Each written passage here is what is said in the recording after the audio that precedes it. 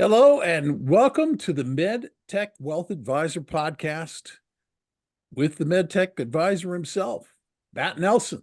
Matt, how are you? Good to see you again. Very good. Very good. Nice to see you too, Bill. Happy New Year. Yeah, thanks. Happy New Year to you as well. So we're starting off 2024. What are we going to talk about here today? Yeah, and um, this is going to be the third part in a series where we're discussing RSUs, restricted stock units. Yes. And I made sure to bring Jacob LaRue back with me today because it's been super helpful to have him on the first couple podcasts as we dissect this topic. Yeah. Um, And you know and what, while we're talking about that, for those who are like going, wait, this is the third, go back and look at the podcast because they've been very, very helpful. You can certainly listen to this one right now, but you might want to listen to 1 and 2 as well, and they're easy enough to find in Matt's podcast list. So Yeah, thank you, Bill. It's a we realized it was a big enough topic. We needed to split it up into three parts. And while the listeners may not hear them exactly in rapid succession, yeah, they'll all be there within a couple. Um, and so, yeah, today we're going to focus on mistakes to avoid. So the first two, we started off with what are RSUs, what are restricted stock units. Um, and then the second one was more focused on how to maximize them, how to make the most of them. So now we're just going to think about, all right, well, what are some mistakes we need to avoid, to not undo all the good work. And like I said, I've got Jacob with me. Jacob, glad to have you back. Yeah, I'm excited to talk about this topic because there's quite a few mistakes that we can make with RSUs. And after you made your debut here this last couple, I think we're going to have you on more regularly. This may be a regular well thing. done, Jacob. Yeah, we'll see where that goes. Yeah, right. Exactly. Well, so whether you're working in med tech for a public or private company, it's a lot of these mistakes are going to apply to you, the listener.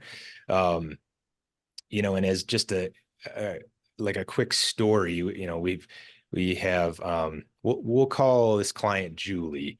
She had 1,000 restricted stock units that we're going to vest on January 2nd of a calendar year, but she didn't have a reminder on her own calendar or a strategy for what to do after they vested. So, by the time she realizes this and lets us know, the RSUs had already vested. It was June of that calendar year, and the stock price had dropped something like 20%. And so that's not the situation you want to be in. This basically ended up costing her thousands of dollars just in potential value, let alone all the tax headaches. So that's some of the things we're going to jump into today. That's great because I hate learning from my mistakes. I'd rather learn from other people's mistakes. Yes. So we broke it down into 5 sections. We're going to talk about the mistakes of not understanding your grant and vesting triggers, not having a sell strategy, not withholding enough for taxes, not properly tracking your tax reporting, and then finally, trying to avoid losing a grant to an early termination. So that's kind of the 5 areas we're going to get into. So let's kick that off. Jacob, the first one that we see a lot, unfortunately, I mean, it is as simplistic as it sounds, but it's not, because this stuff it's not what people do every day. They're working on they're working on their job. Our job's to understand this, but just simply not understanding what you own, what your grants are for, and the vesting triggers. So let's talk about that a little bit. Do you have some comments or where you want to start there? Yeah, I think the big one there is, like you said, the grant letters that these employees will receive should really tell them exactly what they're getting, whether it's an RSU, a non-qualified stock option, or an incentive stock option. So you really have to just pay close attention to your grant letters, and sometimes even, like we talked about in the previous episodes, your offer letter or negotiation letters, because they're going to tell you exactly what you have. So those pieces of information are very important. I think the other thing that you'll find in your grant letters most of the time is one of the biggest keys to any type of equity compensation, and that's your, grant dates, investing triggers, and vest dates. So I think, Matt, if you wanted to hit on those and what mistakes we see sometimes with those. Yeah, the vesting triggers, remember, they're most often time-based, but then can also have a double trigger to them that would maybe be some performance-based formula. And so just understanding exactly how those work, because you could be thinking, oh, this is just a 4-year situation, or confuse the two. And again, as obvious as that sounds, it's not necessarily obvious when you're not doing this all the time. So knowing your vesting and trigger dates, and the ramifications are, if you own, let's say, multiple types of equity compensation. We're talking about RSUs today, restricted stock units, but let's say you also have stock options, and many of the other types of equity comp that could be there. We probably need to track those vesting and the vesting dates and the triggers in a separate timelines, because it's easy to get those confused. So at least at our firm, if you have multiple types of equity comp, we're tracking those on multiple different timelines and spreadsheets to make sure that we're ready for each. They don't necessarily line up. So then along with that would be, if there is a double trigger, not just timeline based, really knowing that definition. It could be as simple as a definition as you're at a private company and the company goes public. But if you're, and that's an obvious enough one to understand. Your situation is going to matter till the company goes public. But if you're in a public company, it could be a performance-based trigger. And a lot of times people are going to understand what this means, but is it a stock price situation? Is it a revenue change? Is it, your team's performance? So there's a number of things to go on there. And those could be separate definitions, again, like I'm saying, for your RSUs than maybe for your stock options or some other piece. So track them all separately, and then understand how those vesting dates would line up with actual life events and tax events. So it's one thing to understand, oh, this is when they're due, but why does that matter? Where do those hit compared to when you need cash or when you're going to have an expense of taxes? Matt, can I jump in here really quickly, just to ask a quick question? Yeah. You're talking about conditions. Are those usually spelled out in the grant or in the paper that the employee gets? I'm assuming it is, but I don't want to just assume that it is. I mean, it's something they can read and understand, or they can hand to you and you can say, listen, just so you are clear, these are the terms. That's right. Yeah, you're exactly right. It should be spelled out very clearly. And most of the time people are going to be aware of the general terms of it. Mm-hmm. When they come to us and talk to us, they'll know oh, this has to happen for the trigger, but that doesn't always mean that they have that exactly right. If you're getting multiple tranches of these things or multiple sections, you may be confusing the two, or that's how it worked last time, and actually this one works a different way. So it's just always better to have the exact grant letters, everything current. We'll read through it all and just kind of nerd out, highlighting everything that needs to happen, put it in the proper order, and then everybody's on the same page. Great. Okay, great. Sorry to interrupt. Yeah, no, that's a great question.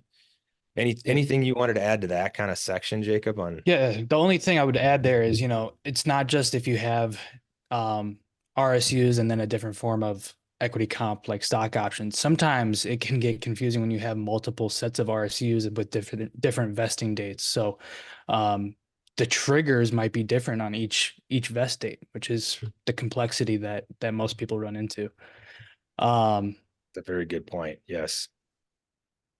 Mistake number 2 is a big one too. I think this is kind of referenced in our Julie example above, but not having a proper sales strategy is something that can really cost you big time bucks. Yes. The big one, I think, with that is, well, so we kind of broke it down into 3 points not having a sales strategy is the mistake. You break that down to think you need to really understand your cash needs. So I kind of mentioned it above, but having a sales strategy is kind of hard to develop until you understand what is the money going to be used for, when are the goal dates, when are the taxes going to be due. So mapping that all out, like I mentioned above.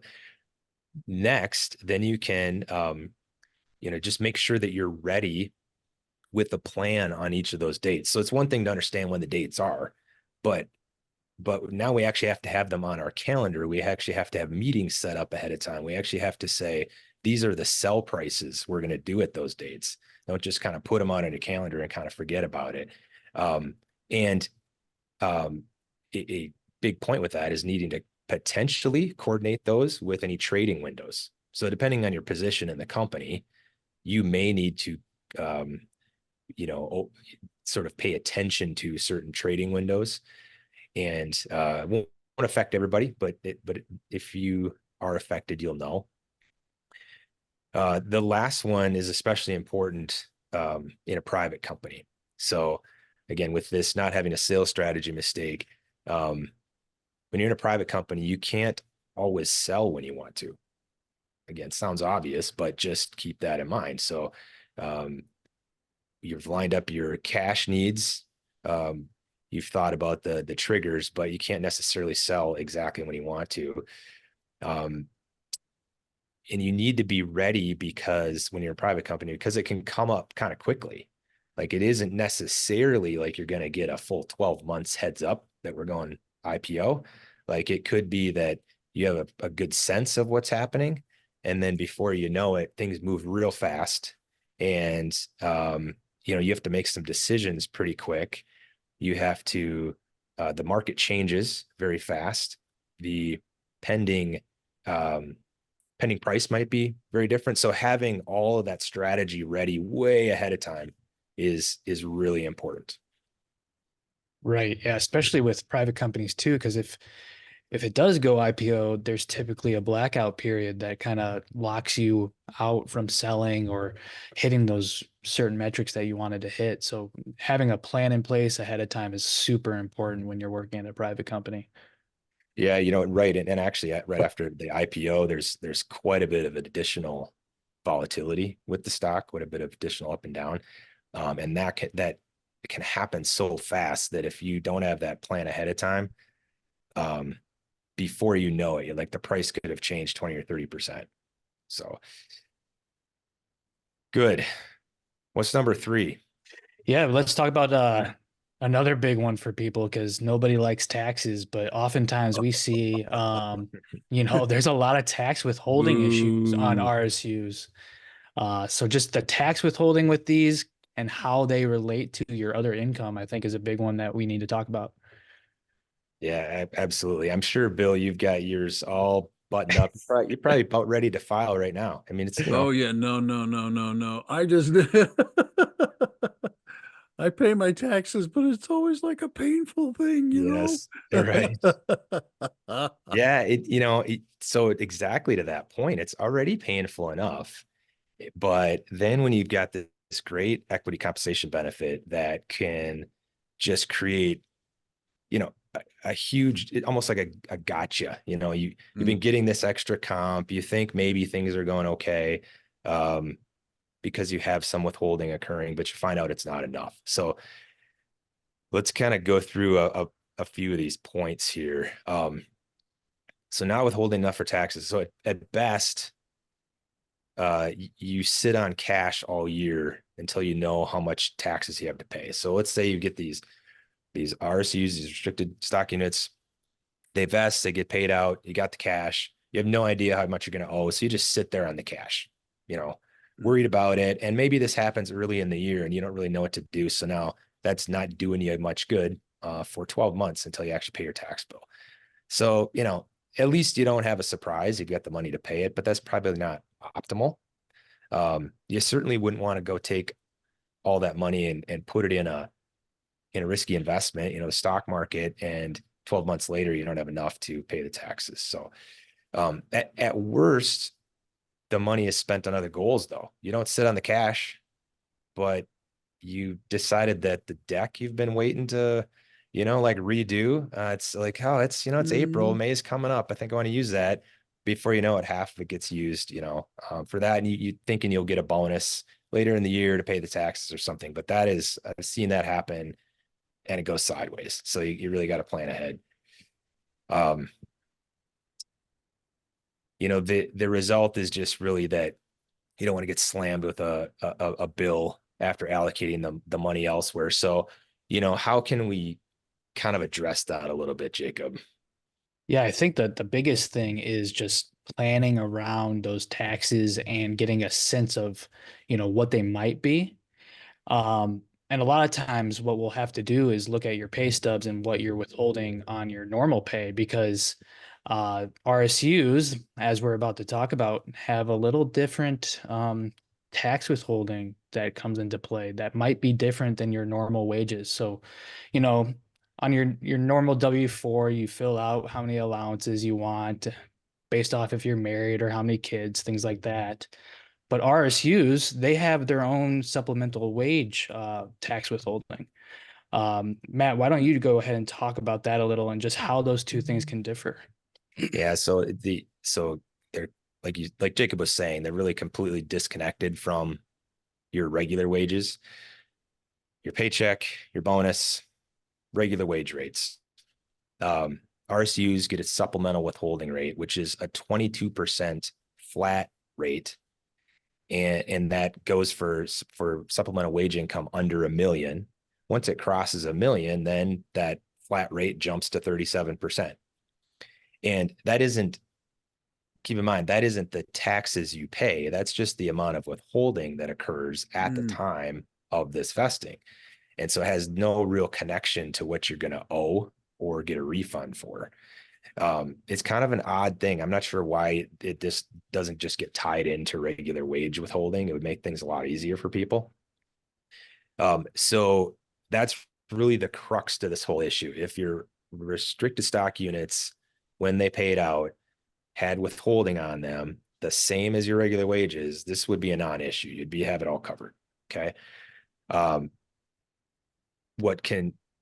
Not to belabor this too long here, but if you think it through, it's not that hard for particularly, listeners like in MedTech that are getting these type of these units as part of their wages. They're probably above the 22% tax rate, especially if you have both spouses in a household working.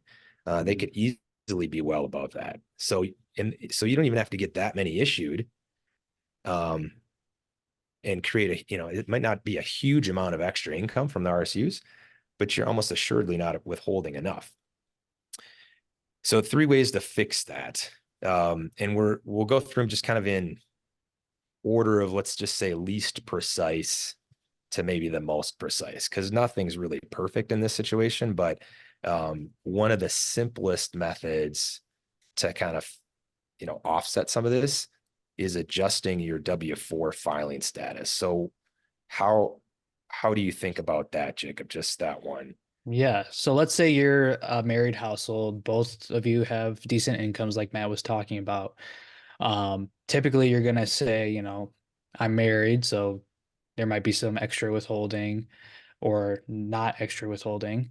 Maybe you have kids, which then creates a little less withholding because of the allowances. Maybe what you do instead is fill out your W-4 as 0 allowance. So then not most of your income, but more of your income is withheld for taxes. Because for every allowance you put on your W-4, you're getting kind of a tax break, right? So if you can back out of it, then you should have more taxes withheld and maybe help your tax bill at the end of the year if these RSUs do become an issue. Yeah. And again, like we said, this method's only going to affect regular wages. So it's not going to be exact. But if you're in a situation where you just get, a few thousand, maybe it's 5% or 10% of your total wages really are coming from RSUs. It's not a huge number. You might be able to get away with enough extra withholding just from adjusting your filing status, at least to get you closer. And I think in the show notes, we'll put a link to the W-4 for 2024 too. Yeah, that'd be good. Yes. So you can just fill it out, turn it in. The second way to fix this, a little bit more precise, not quite there yet, but just increase the withholding beyond the 22% supplemental wage rate. Okay.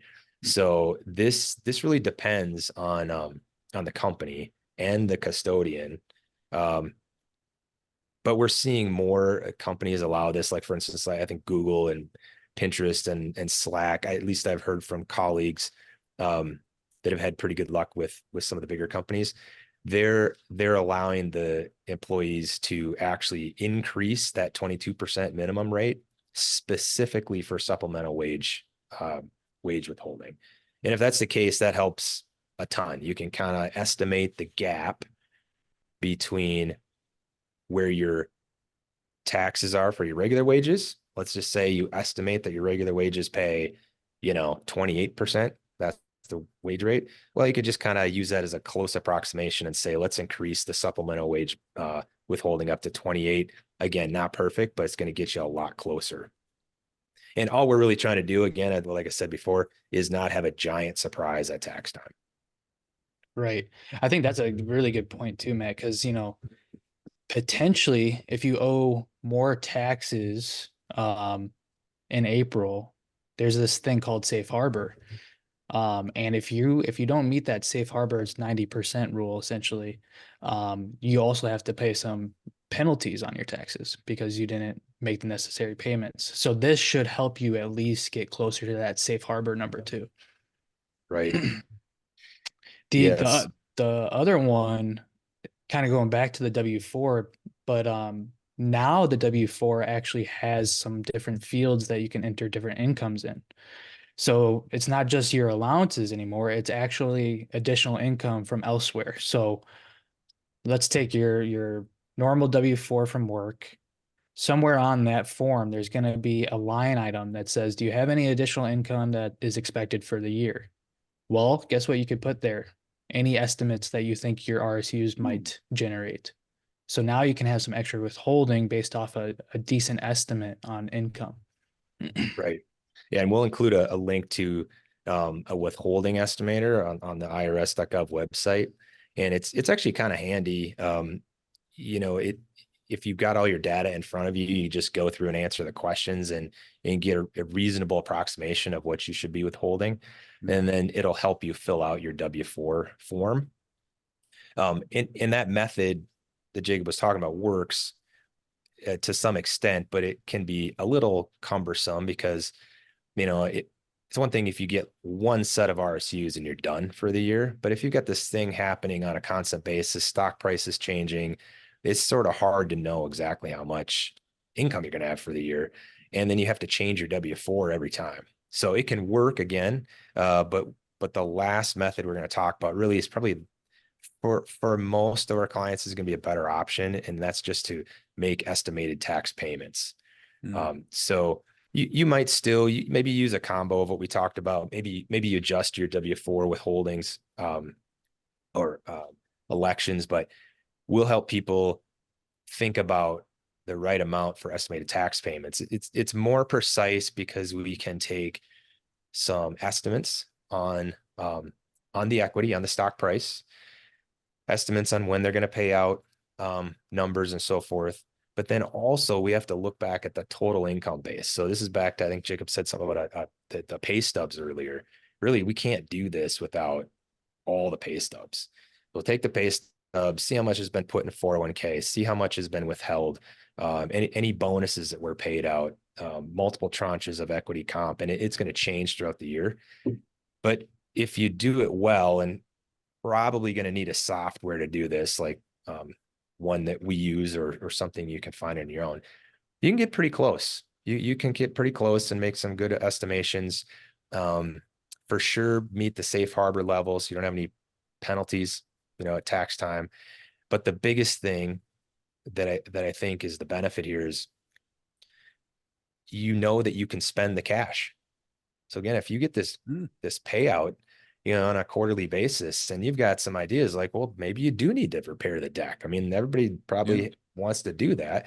Well, now if we've done the estimation properly, you know exactly how much you have left over pretty close, and you can go ahead and feel free to spend the money. Or probably Bill, it's more like, well, this is something Jacob's gonna have to deal with pretty soon. Probably pay a college bill, or like some sort of a college savings situation, right? You got No, 16 more years. exactly. Thank you for that. Exactly. Oh no, Jacob, you have no time. That's right. You have no time. You think, oh, it's a lot. No, it's not. Let me tell you. But That's right. to your point, by the way, I just have to say, I have gotten that phone call from my account, okay, where they say, Bill, are you sitting down?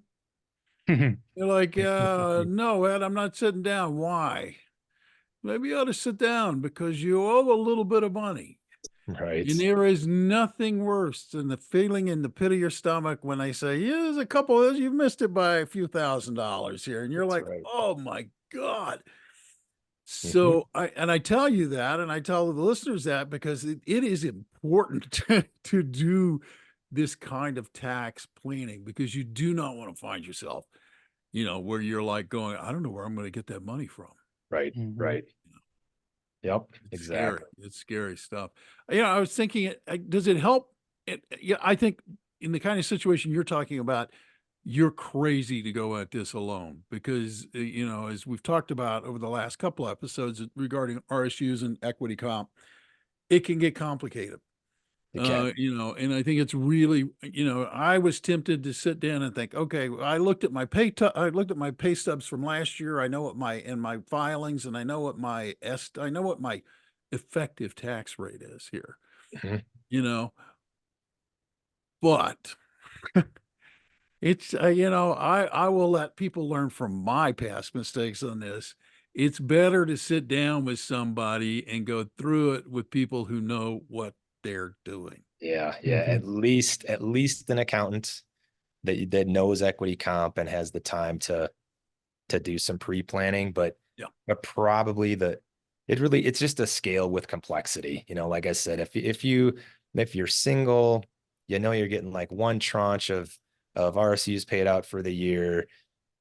You kind of know your bonus. Like it's a little easier. You get to two incomes, possible bonuses, multiple tranches. Like just as the complexity goes up, it's just worth the effort and the time to work with someone who knows how to help with the estimation. Yeah. And do. Yeah. I would, as your producer, let me encourage everybody who's listening, do in fact work with a financial professional. Yes. All right. Let's see. We've got two more to wrap up here before we're done. So what's next? I think along the tax withholding issues, there's, key tax documents that you're going to need at the end of the year.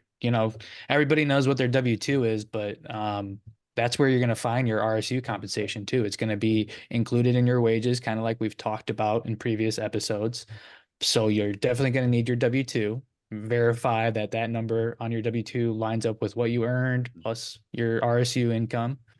And then the other big one is your 1099, because typically what happens is when you get your RSUs vested, that's stock, remember? So it's going to end up in a brokerage account. And then if you sell it throughout the year, you're going to have a new tax form from that brokerage account. And that's a 1099 that's going to show your capital gains associated to the stock.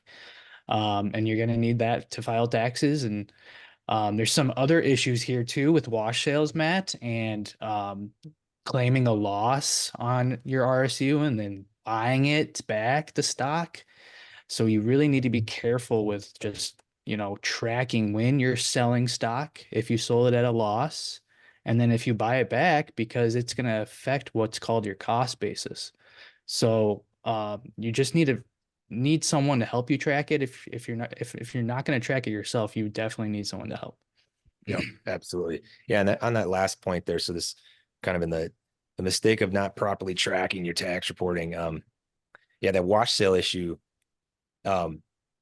it may or may not be an issue, but we see it a lot more as you have more tranches. Again, with the complexity, a one-time shot of RSUs paid out, probably not a big deal. But even there, if you happen to be buying and selling the company stock in your own brokerage account, And then you also get some RSUs paid out, and they're within a close enough time frame of each other, you can cause a wash sale.